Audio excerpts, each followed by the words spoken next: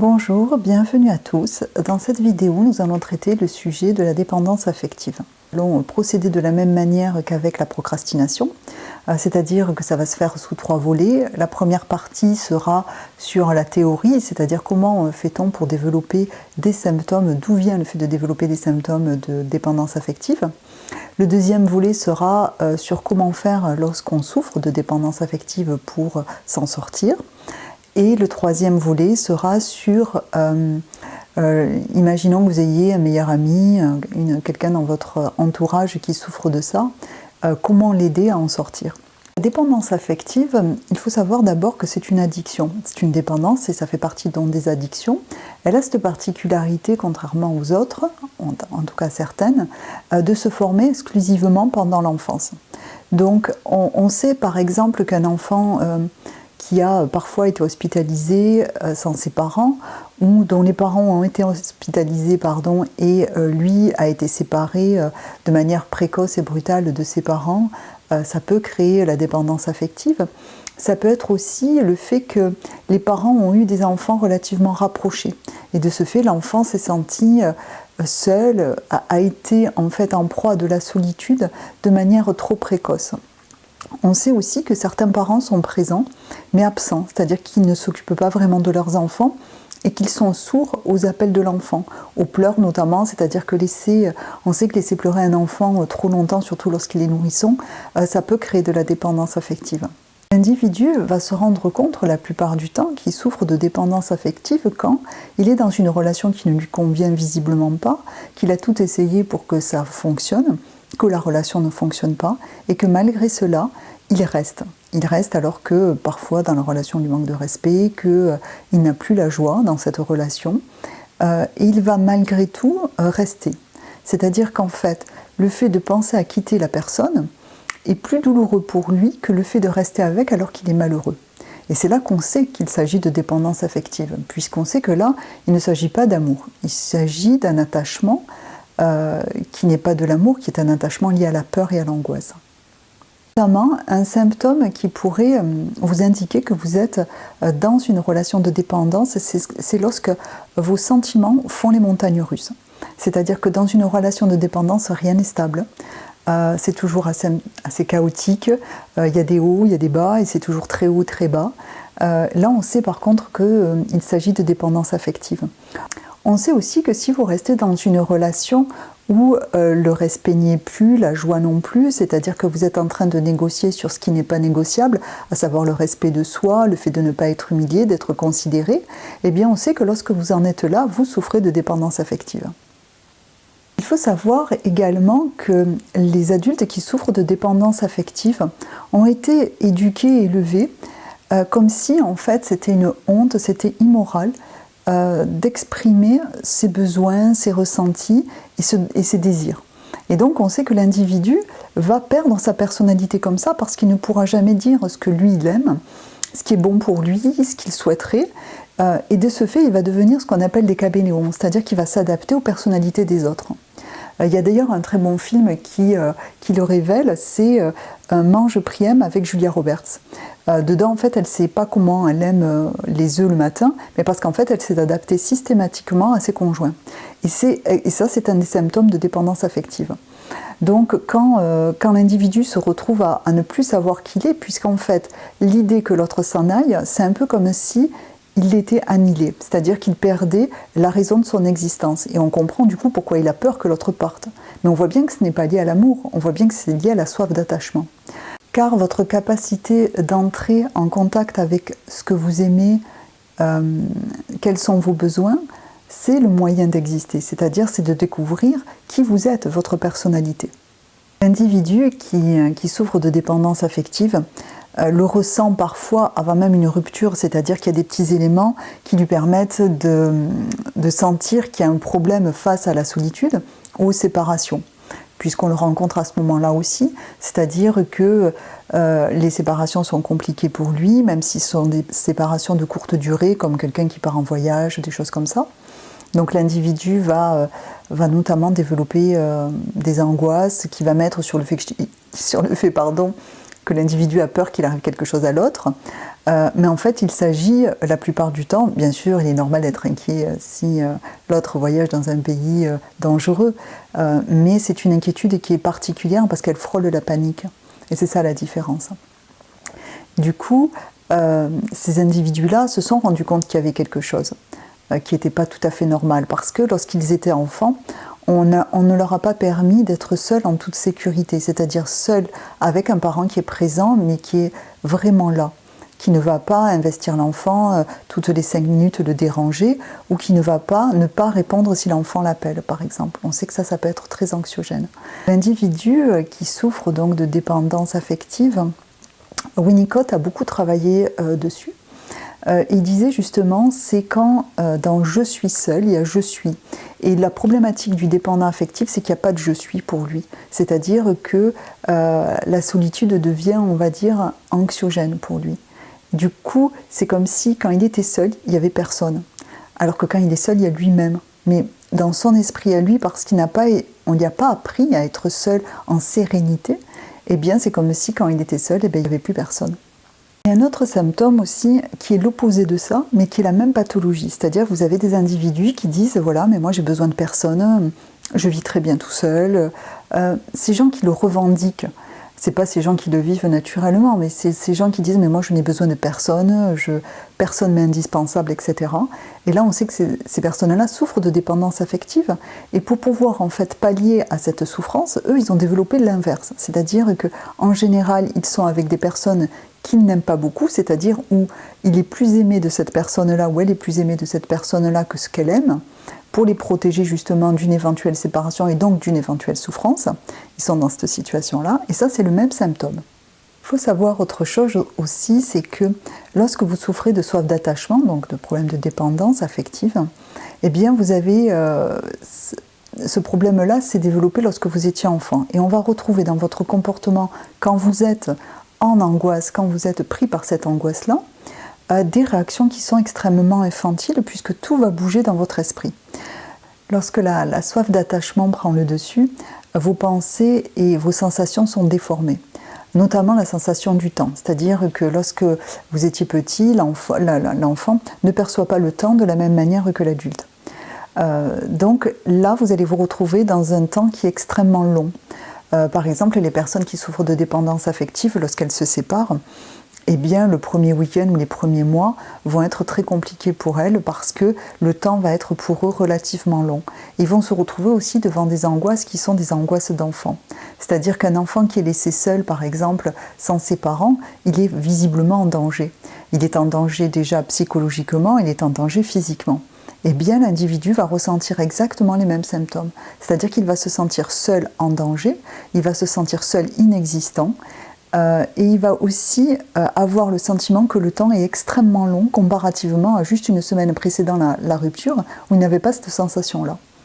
Et du coup, il y a aussi les angoisses qui sont des angoisses d'enfant. C'est-à-dire que la peur que la souffrance dure toujours, que rien ne s'arrête, de ne jamais retrouver quelqu'un, de vivre dans des angoisses de l'éternel.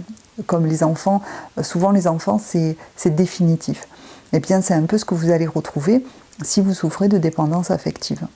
Donc si on résume les symptômes du dépendant affectif, on peut dire que lors d'une rupture ou avant, lorsqu'il pense à la rupture ou lorsqu'il sent que l'autre veut s'en aller, eh bien ce qu'il va ressentir c'est donc de la panique à l'idée de perdre l'autre, donc c'est pas de la peur ou de la souffrance, c'est de la panique.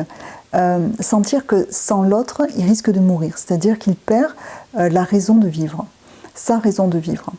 Le fait aussi de vouloir rester dans une situation qui vous fait souffrir, mais pour vous, ça vous paraît bien plus agréable, même s'il y a beaucoup de souffrance, que l'idée de quitter l'autre. On peut retrouver aussi des symptômes de sevrage aux drogues lorsque la personne est quittée ou qu'elle quitte, c'est-à-dire des vomissements, des troubles visuels, des maux de ventre, des maux de tête, plein de troubles, on va dire, psychosomatiques, qui dénotent en fait de l'extrême stress que provoque chez cet individu-là la séparation. Un symptôme aussi, c'est le fait de ne pas pouvoir exprimer ses besoins auprès des autres. C'est-à-dire que l'individu va faire passer tout le temps les besoins des autres avant ses propres besoins. Et il ne va pas pouvoir exprimer quand il n'est pas d'accord ou quand l'autre va lui marcher sur les pieds, par exemple. Ça va être compliqué pour lui de faire ça. Il peut même avoir des symptômes de désorientation, se sentir incomplet sans l'autre, incapable de vivre sans l'autre, irritabilité, insomnie, douleur physique. On peut retrouver tous ces éléments-là. Ne pas arriver à faire autre chose, c'est-à-dire que de penser à la séparation, que de penser à la souffrance, ne pas arriver à se concentrer sur son travail. Parfois, certains n'arrivent même pas à reprendre le travail. Voilà, donc ça fait partie un petit peu des symptômes de la dépendance affective. Nous allons voir à présent comment faire lorsqu'on souffre de ça pour s'en sortir. Qu'est-ce qu'on peut mettre en place? Donc la première chose qu'on peut mettre en place, c'est déjà d'écrire ce que vous ressentez. Et ça va vous permettre de mettre une distanciation entre vos sentiments et le réel. Alors il y a deux cas de figure. Soit vous avez été quitté, soit vous souhaitez quitter quelqu'un. Je ferai une prochaine vidéo sur la séparation, comment effectuer une rupture, on va dire, la moins douloureuse possible, pardon. Donc je ferai une prochaine vidéo sur ça, donc du coup ça on ne va pas l'aborder aujourd'hui, mais on va imaginer la première hypothèse où vous souhaitez quitter quelqu'un, ça va être de consigner en fait tous les éléments qui provoquent des conflits entre vous et votre conjoint. Ensuite, si vous avez été quitté, c'est de consigner tous les éléments qui font que c'était désagréable pour vous cette relation. Notamment de noter là où on vous manquait de considération et de respect, et de consigner tout ça sur un carnet parce que votre cerveau, dans les mois et les semaines qui vont suivre, vont essayer de galvauder un petit peu ce qui s'est réellement passé. C'est-à-dire que vous allez probablement enjoliver la vérité pour essayer de retourner avec la personne dont vous souffrez de dépendance affective. La chose, comme nous l'avons vu, c'est d'écrire sur un carnet. La deuxième chose, c'est d'essayer, lorsque la panique arrive, de laisser l'angoisse vous traverser, et non de lutter contre, ou vite de partir, d'aller chez quelqu'un, de téléphoner à quelqu'un. Il est d'abord conseillé d'essayer d'éprouver cette solitude, parce que vous devez faire l'expérience que quand vous éprouvez cette solitude, il ne se passe rien. Vous ne mourrez pas, vous ne devenez pas fou, parce qu'il y a des personnes qui, dans cette extrême panique, pensent qu'ils vont peut-être devenir fous. Alors ça n'arrive jamais. On ne devient pas fou dans ce genre de circonstances.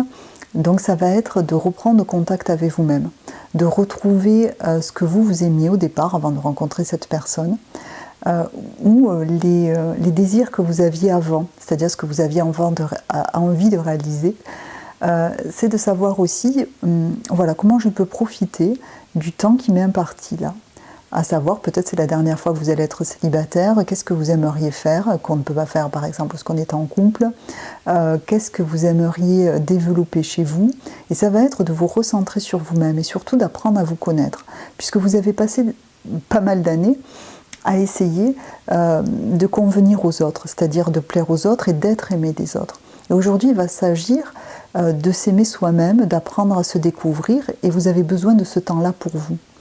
Donc l'idée, c'est, quand vous êtes en crise comme ça, de panique, c'est d'abord de se poser quelque part, ensuite de se parler à soi-même, c'est super important.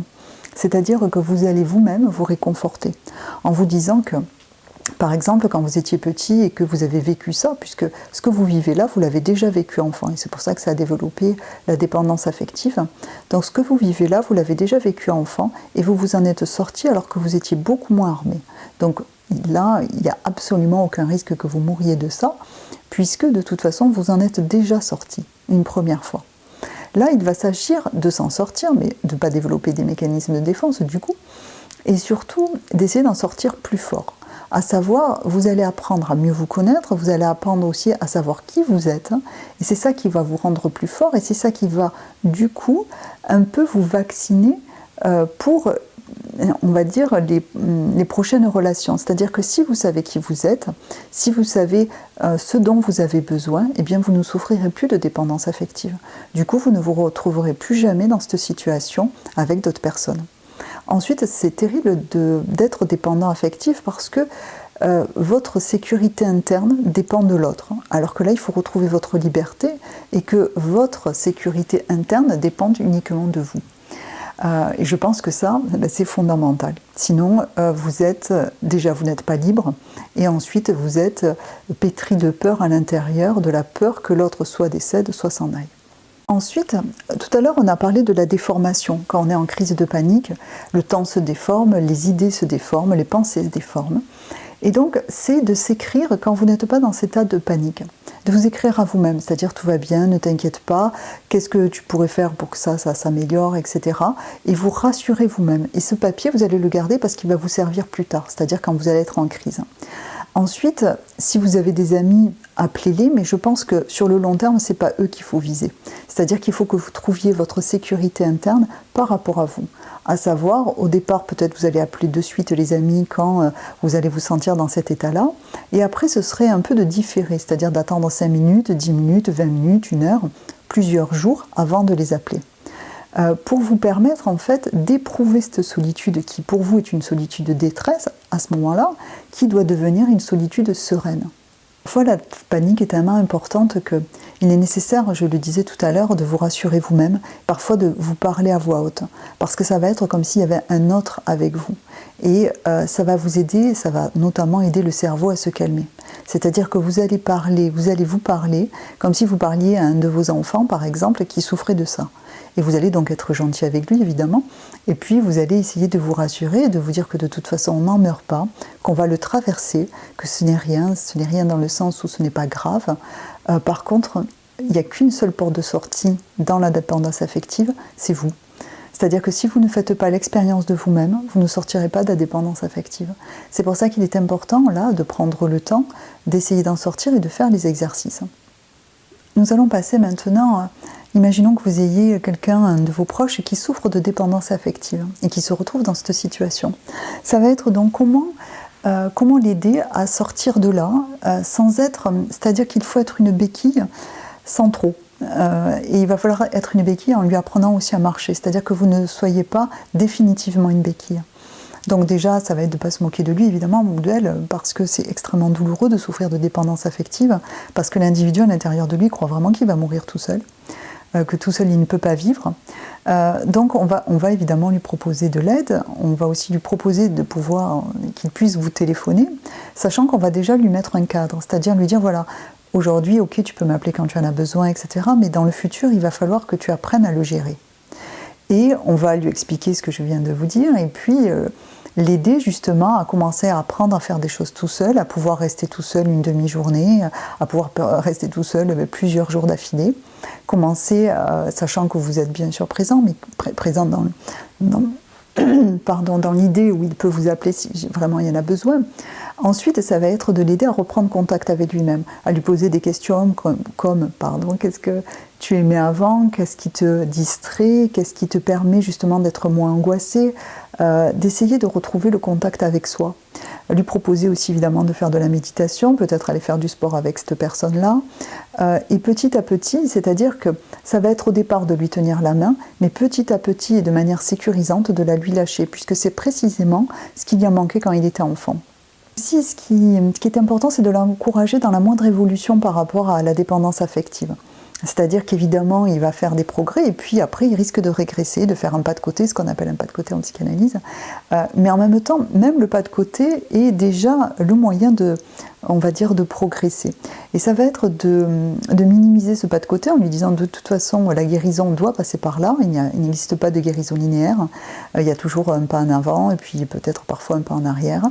Et c'est de l'accepter et de l'encourager. De dire voilà, tous les progrès que tu as fait jusqu'à présent, continue, on est là, t'inquiète pas. Et ça va être de jouer au départ aux parents sécurisants pour qu'il apprenne, il ne faut pas l'oublier, c'est que le but, c'est qu'il apprenne lui-même à devenir ensuite autonome. C'est de retrouver son autonomie affective et du coup sa liberté. Lui poser aussi la question de qu'est-ce qu'il aimerait accomplir dans sa vie, c'est-à-dire que sa vie ne s'arrête pas à cette rupture-là ou à cette souffrance-là, mais qu'est-ce qu'il souhaiterait avoir accompli avant de mourir, c'est-à-dire avant d'avoir passé toute sa vie. Et ça va un peu le rediriger vers ses buts et vers ses désirs profonds.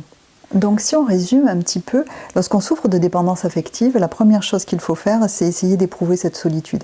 Non pas essayer de la fuir, comme font certaines personnes quand ils souffrent de ça, c'est-à-dire d'être toujours en mouvement, de ne jamais être seul, et c'est précisément l'inverse. Il faut éprouver cette solitude, il faut arriver à la traverser.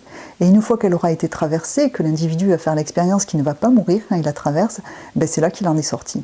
Tout ceci prend beaucoup de temps, évidemment, pour certains, d'autres c'est plus rapide, mais on ne peut pas faire, on va dire, l'économie de traverser l'angoisse de solitude. Je vous laisserai en barre de tâches à la fin toutes les questions qu'il est nécessaire de se poser. Je n'ai pas voulu les dire dans la vidéo parce que j'avais peur que ce soit un petit peu trop long, donc je vous les laisse en barre de tâches. Normalement ça devrait bien vous guider pour pouvoir sortir de tout cela.